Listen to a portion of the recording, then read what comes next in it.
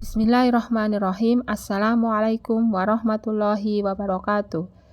Video ini merupakan hasil diskusi tugas ruang kolaborasi modul 2.1 pembelajaran berdiferensiasi kelompok 1 calon guru penggerak angkatan 10 Kabupaten Banjarnegara, Jawa Tengah yang terdiri dari Sugiyarto SPD SD, Ani Widya Astuti SPD, Estiti SPD, dan saya sendiri Tri Umiati SSI dengan fasilitator Bapak Wiji MPD dan pengajar praktik Bapak Margianto SPD.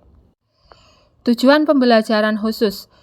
Calon guru penggerak dapat melakukan refleksi kolaboratif untuk menganalisis implementasi pembelajaran berdiferensiasi. Pengertian pembelajaran diferensiasi. Pembelajaran berdiferensiasi adalah teknik instruksional.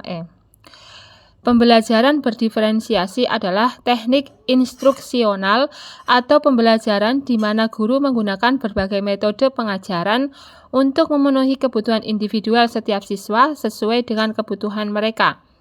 Kebutuhan tersebut dapat berupa pengetahuan yang ada, gaya belajar, minat, dan pemahaman terhadap mata pelajaran.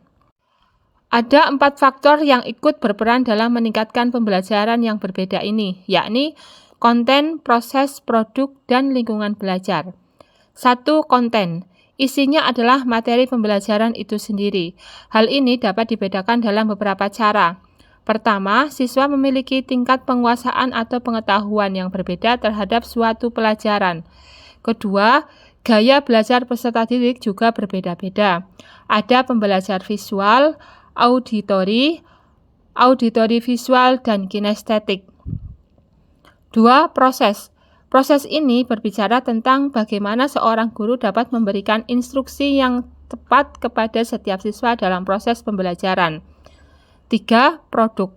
Aspek ini melibatkan metode yang digunakan oleh guru dalam mengetahui tingkat penguasaan materi atau bahan ajar dalam setiap siswa. 4. Lingkungan belajar. Secara umum, ada 2 lingkungan belajar bagi seorang siswa, yaitu lingkungan belajar yang dapat meningkatkan pembelajaran mereka dan lingkungan belajar yang dapat merusak pembelajaran mereka. Ada 4 pertanyaan pemandu. 1. Apakah kebutuhan belajar murid yang berusaha dipenuhi oleh guru tersebut? 2. Bagaimana cara guru tersebut menentukan kebutuhan belajar muridnya? 3. Strategi pembelajaran berdiferensiasi apa yang digunakan? 4. Bagaimana guru tersebut melakukan penilaian? Berikut ini adalah video tentang kasus SD Pak Kasim yang akan mengajarkan sistem pencernaan kepada muridnya.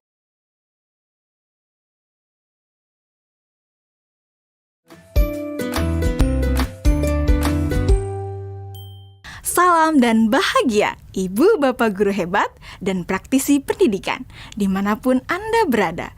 Kali ini, Ibu Bapak akan melihat contoh situasi pembelajaran di sebuah kelas tingkat sekolah dasar yang menerapkan pembelajaran berdiferensiasi. Mari kita saksikan bersama-sama.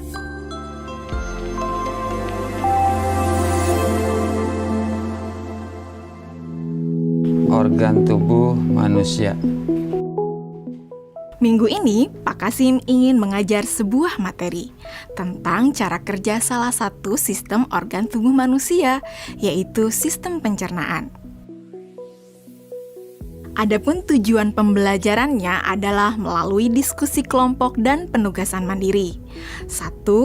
Murid dapat menjelaskan fungsi organ pencernaan pada manusia. Kedua, murid dapat membuat model dan menunjukkan cara kerja sistem pencernaan manusia. Sebelum pembelajaran dilakukan, biasanya saya akan melihat tujuan pembelajaran atau target apa yang akan saya capai pada hari itu. Setelah itu, saya melihat data atau informasi terkait murid-murid saya untuk menentukan strategi pembelajaran yang tepat dan penilaian yang sesuai.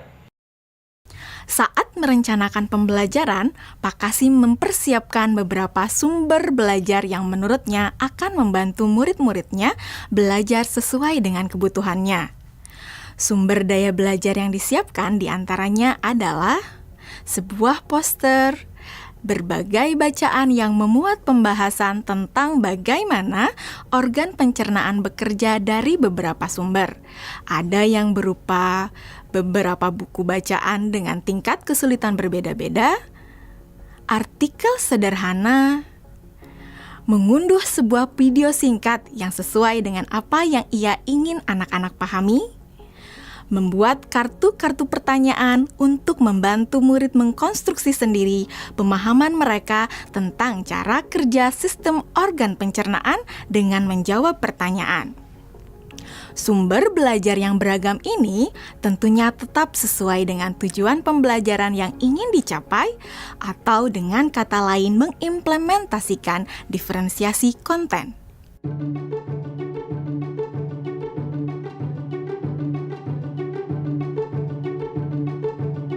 Setelah semua sumber materi yang beragam disiapkan, saya mempersiapkan daftar kegiatan lengkap dengan instruksinya. Misalnya, membaca buku atau artikel dan lain sebagainya, mengamati poster, mendiskusikannya, dan kemudian membuat ringkasan untuk menunjukkan pemahaman tentang isi poster tersebut. Menjawab kartu-kartu pertanyaan. Aktivitas-aktivitas tersebut walaupun berbeda-beda, namun semuanya bertujuan agar murid memahami cara kerja sistem pencernaan. Assalamualaikum. Bagaimana kabar kalian? Waalaikumsalam. Baik, Pak. Hari ini kita akan mempelajari tentang sistem pencernaan manusia. Saya, Pak. Di awal pembelajaran, Pak Kasim memberikan penjelasan kepada semua murid yang ada di kelasnya tentang tujuan pembelajaran dan konsep kunci yang ia ingin anak-anak kuasai. Lewat proses tanya jawab dan contoh-contoh, Pak Kasim memastikan bahwa murid-muridnya memahami apa yang dimaksud dengan sistem. Pak Kasim meminta murid-murid bekerja dalam kelompok. Untuk penugasan kali ini, Pak Kasim telah mengelompokkan murid berdasarkan tingkat kemampuan murid membaca. Hal ini karena tugas pertama yang harus dilakukan oleh setiap kelompok adalah membaca materi bacaan terlebih dulu. Teks yang dibaca tiap kelompok sesuai dengan kemampuan membaca mereka. Selama proses murid melakukan kegiatan, saya mengobservasi dan memantau pemahaman murid-murid. Saya mendatangi tiap kelompok, mengajukan pertanyaan, dan memberi pertanyaan lanjutan kepada murid-murid yang memerlukan bantuan atau perlu diberikan tantangan lebih. Saya juga membuat catatan-catatan penilaian selama proses ini. Setiap jawaban murid, pertanyaan murid, saya perhatikan dan menggunakan informasi ini untuk menyesuaikan tingkat bantuan yang akan saya berikan pada murid atau berdiferensiasi proses. Sistem pencernaan adalah serangkaian jaringan organ yang bekerja untuk mencerna makanan. Organ pencernaan antara lain meliputi mulut, kerongkongan, lambung, usus kecil, usus besar, rektum, anus.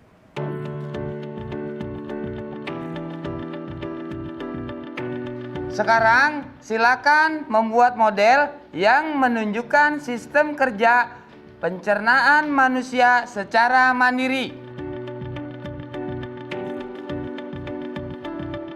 Selama proses murid-murid membuat model sistem pencernaan, Pak Kasim berkeliling melihat pekerjaan murid untuk mengetahui sejauh mana pemahaman murid.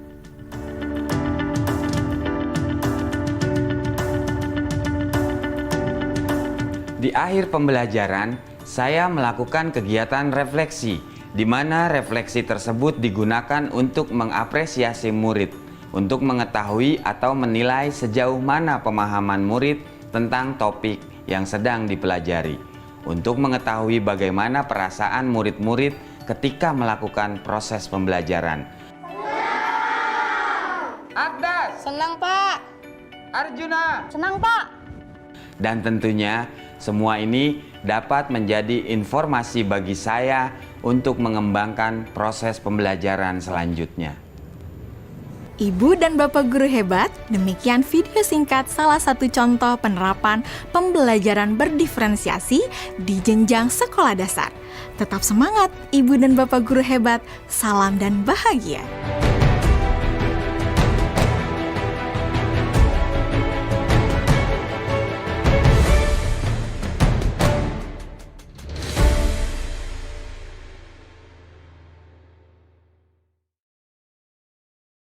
Satu, apakah kebutuhan belajar murid yang berusaha dipenuhi oleh guru tersebut?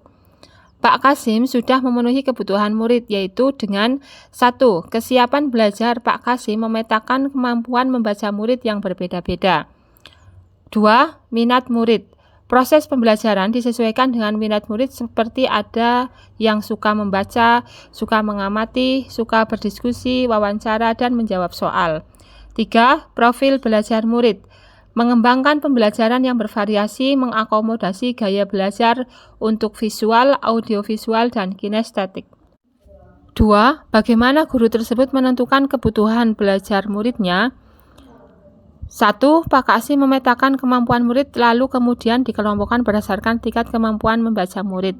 2. Menggunakan berbagai macam sumber belajar tentang sistem pencernaan manusia untuk setiap kelompok belajar muridnya. 3. Mengobservasi dan memantau pemahaman murid-muridnya. 4. Membuat penilaian berjenjang atau tier assessment. 3. Strategi pembelajaran berdiferensiasi apa yang digunakan?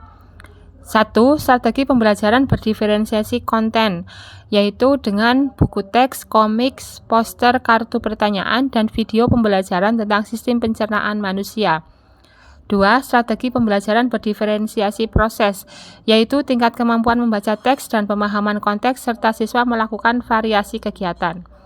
Nomor 3. Strategi pembelajaran berdiferensiasi produk, yaitu siswa dengan kemampuan rendah melengkapi diagram, siswa dengan kemampuan sedang membuat cerita narasi, sedangkan siswa dengan kemampuan tinggi membuat cerita kreatif dan perspektif. 4. Bagaimana guru tersebut melakukan penilaian? Penilaian yang dilakukan Pak Kasim adalah penilaian berjenjang dan bervariasi sesuai dengan kemampuan murid dengan membuat catatan penilaian selama proses pembelajaran. Demikian pemaparan pembelajaran berdiferensiasi modul 2.1 dari kelompok kami. Terima kasih. Wassalamualaikum warahmatullahi wabarakatuh.